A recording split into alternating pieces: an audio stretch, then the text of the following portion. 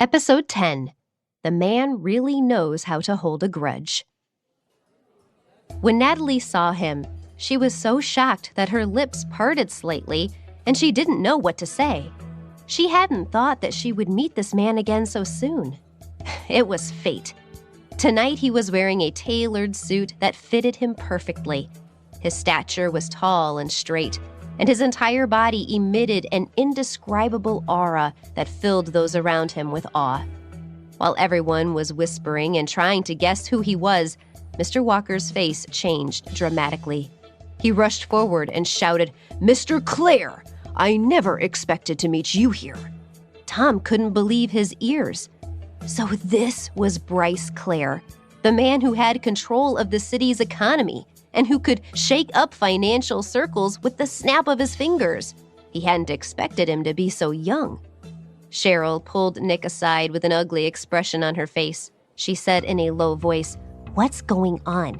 Isn't that the man who picked Natalie up at the airport the other day?" As soon as she said it, as if trying to prove her right, Liam, who had been standing in the corner, excitedly ran over to Bryce and hugged his calves. "Daddy, you're here!" he shouted. Natalie was so embarrassed that she wanted to cover her face and run away. The argument in the car that day was still vivid in her mind. She didn't want to owe this man anything. "Daddy?" Tom felt like he had been struck by lightning when he heard this. He stood there in a daze, then turned around and asked Natalie, "Is he Bryce Clare's son?" She didn't know how to answer, so she just pursed her lips slightly and turned to look at Bryce. Bryce bent down without hesitation and hugged Liam. Then he caressed Natalie's face and laughed softly. "Didn't you say we would come here together? How come you left without waiting for me?"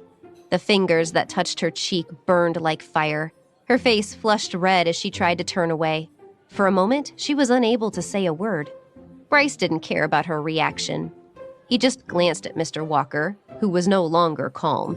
He was frightened by the man's gaze and quickly apologized. "I didn't know Miss Davidson was with you. I'll leave." Mr. Walker spoke quickly, and then without waiting for Tom to say anything, turned and left the hall. Tom could only stand there helpless. He railed against Natalie in his heart. How could she hide her relationship with Bryce from her family? He was about to say something, but Bryce interrupted him. Holding the child in one hand and Natalie's shoulder in the other, he said, "Come on, let's go sit over there for a while." With that, he left Tom and took the other two with him. When they reached a quiet corner where nobody was paying attention to them, Natalie finally broke free from his arm. She retreated half a step and asked doubtfully, "Why did you help me?" "Of course I didn't want to help you," Bryce sneered.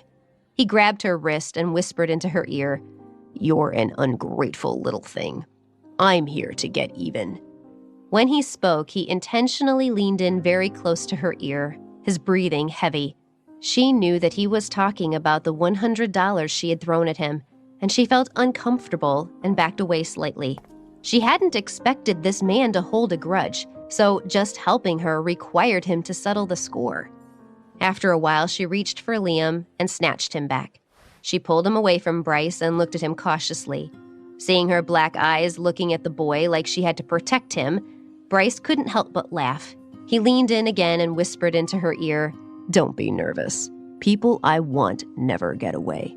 Just be good and wait for me here."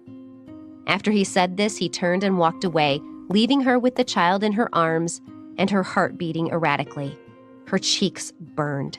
She hadn't felt like this in years. Full story is available at novelpalace.com. Click the link in the comment section to get it free.